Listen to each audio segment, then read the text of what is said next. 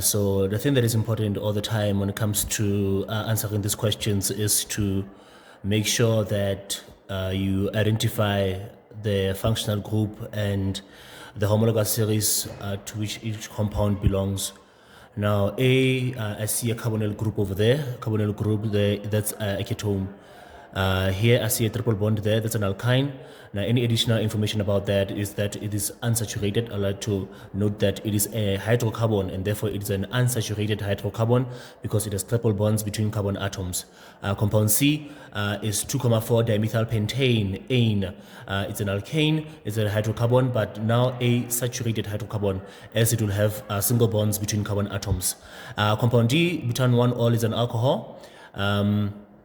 Without even drawing it there, I can see that it's a primary alcohol because the hydroxyl, the carbon that is bonded to the hydroxyl is bonded to one other carbon. Compound E with the carbonyl there, the formyl actually there, it's a carbonyl, but then it's towards the end. So therefore it's a formyl group of an aldehyde. C2H4O2 is the molecular formula of can be ester or carboxylic acid, and the reason why it's both is because these two homologous series are functional isomers, meaning that they can have the same molecular formula whilst they are different functional groups. Okay, now 2.1 exactly addresses what we have just talked about just now. 2.1.1 says identify. 2.1 says identify, write down the letter that represent each of the following. Now 2.1.1, alkyne, ketone, aldehyde, hydrocarbons, alcohol. So now let's start. 2.1.1, now which one is an alkyne? Triple bond B. 2.1.2, which one is a ketone? Ketone A, carbonyl group. And then which one is a aldehyde? Formyl group E. 2.1.3 E, and then hydrocarbons, 2.1.4 hydrocarbons, the one that consists of only carbon and hydrogen only. Hydrocarbons are compounded that have carbon and hydrogen only. So I'm looking for alkanes, alkenes, and alkynes. So B and C are hydrocarbons because B is an alkyne whereas C is an alkane. So B and C, as you can see there, it's 2 marks there. 2.1.5, which one is an alcohol? That will be D there.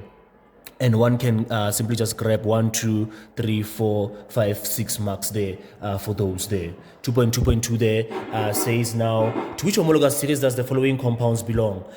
C and F there. So they're asking again homologous series. So C and F. So C is an alkane. So as we have already discussed, C is an alkane. And then 2.2.2, F is it can be ester or carboxylic acid, either one of the two there, either an ester or carboxylic acid there, because that molecular formula there applies for an acid and an ester, CnH2nO2, the same general formula there for both of them there. So 1, 2 for that there. Okay, 2.3.1 says now write down the IUPAC name of compound A.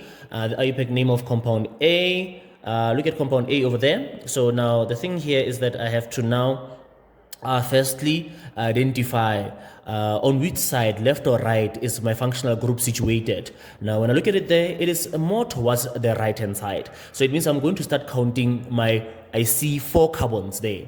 4 carbons, start counting from the right hand side. So it means this is carbon number 1, then 2, 3, 4. Therefore, my functional group is on carbon number 2. So 4 carbons in the stem, and that stem is it's a boot stem. It's a boot, and then I must refer to my table whereby I have the suffixes there. That the suffix for a ketone will be an unknown. It will be an unknown. So it's butanone there. But before I finish with the own, I must indicate there on what position is my functional group. It's on position number 2. It's on carbon number 2 there. So therefore, this my name, the IUPAC name for that ketone of mine is butan 2-on there, telling me that I have 4 carbons in the stem, and then because it's a ketone, the suffix will be unknown.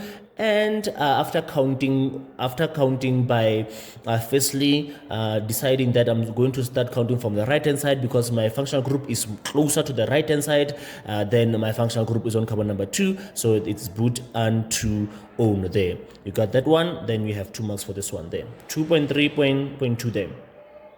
Now, a very, very interesting one over here, it's compound B. Compound B, first and foremost, is an alkyne. So therefore, the suffix will be "-ine". I look at my table and I say, okay, now my table says now that the suffix will be "-ine". Okay, how many carbons in the stem? I see 6. There, the longest continuous carbon chain must contain the functional group, meaning I must start counting. Either I must say 1, 2, 3, 4, 5, 6, or I can say 1, 2, 3, 4, 5, 6 there.